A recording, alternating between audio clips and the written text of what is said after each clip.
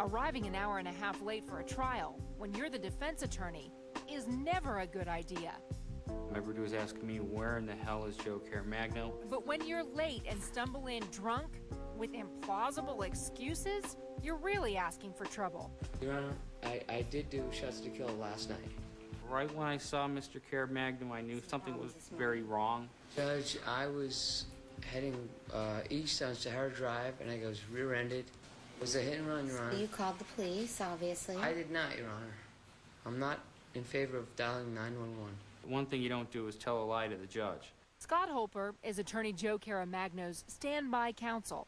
When you have two district attorneys sitting next to you who have access to Las Vegas Metropolitan Police Department detectives and street patrol who quickly phoned in the location of the accident or the story, it kind of changed a little bit. Courtroom cameras capture his entire exchange with the judge. Traveling west on Sahara. You're traveling west on Sahara now? Pardon me, east. Judge, I was actually hit from behind. I was pushed into a car in front of me. So it was a double hit and run? I guess. I was actually trying to make a hush sound to Joe when I was behind him, and he just wouldn't listen. He kept going on and on and on. And I can tell you, Your Honor, that it was a hard hit from behind. It was a hard hit from behind, but I got a detective that says there's absolutely no damage. I mean, if you want, I think you should just really kind of, I mean, I can't even count up how many different stories you've told me thus far. Caramagno's client, Dale Jakachunas, can hardly believe what's unfolding before him. He's facing a possible lifetime in jail if convicted of first-degree kidnapping and coercion charges. I felt very frustrated with them and disappointed.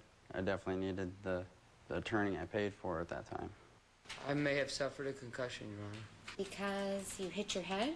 Because of the whiplash, Your Honor. I've had multiple concussions before. You've had multiple concussions? Yes, Your Honor. I played professional ice hockey, and I also played college football.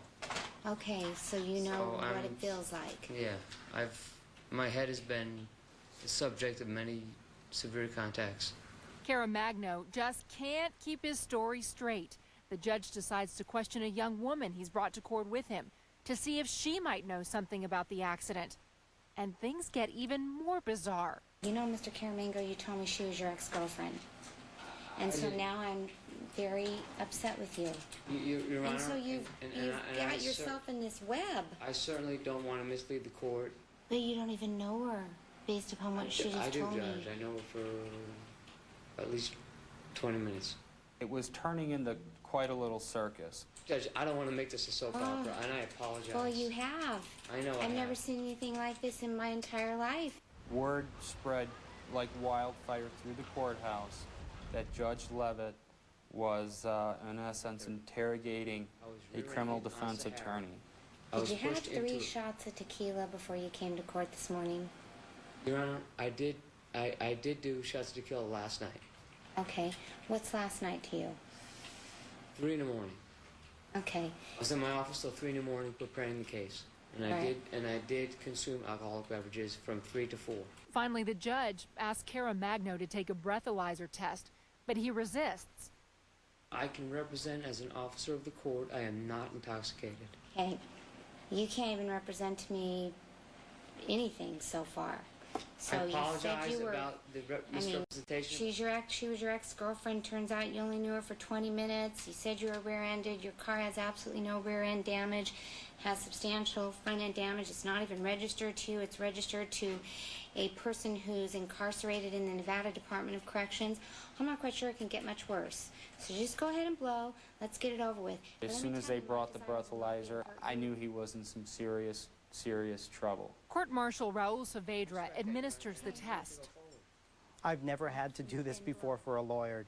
In fact, it was a little uncomfortable for me because I knew him. I had seen him in my courtroom a few other times, but I had to do my job. My professional livelihood is at stake here.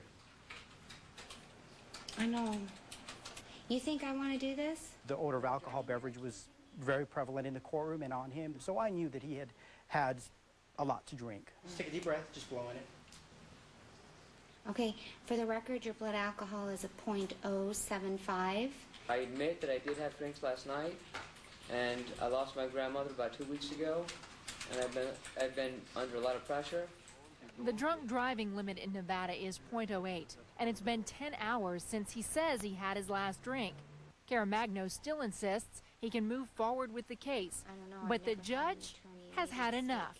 like me. My only desire at this point is to protect Mr. Jakachunas. I don't think you have a concussion. I think you're dazed and confused and can't tell a straight story because you're too intoxicated. And just when you think Caramagno might wise up, he makes another convoluted attempt to defend himself, and it backfires. Well, Your Honor, I can represent to the court that I had a Heineken at lunch yesterday.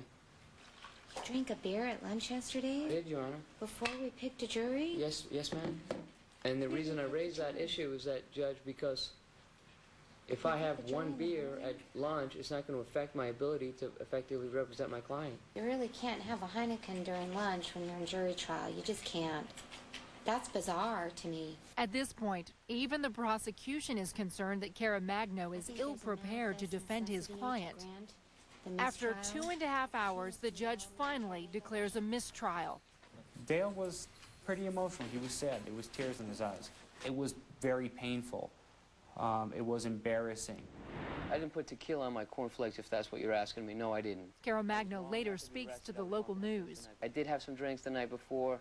I did have a nominal amount of sleep. I'm going to estimate it between 2.5 and 3 hours. I didn't wake up and start drinking. Jakachunas later negotiates a deal with his new attorney. He pleads guilty to conspiracy to commit battery and receives a sentence of probation after spending a total of 5 months in jail.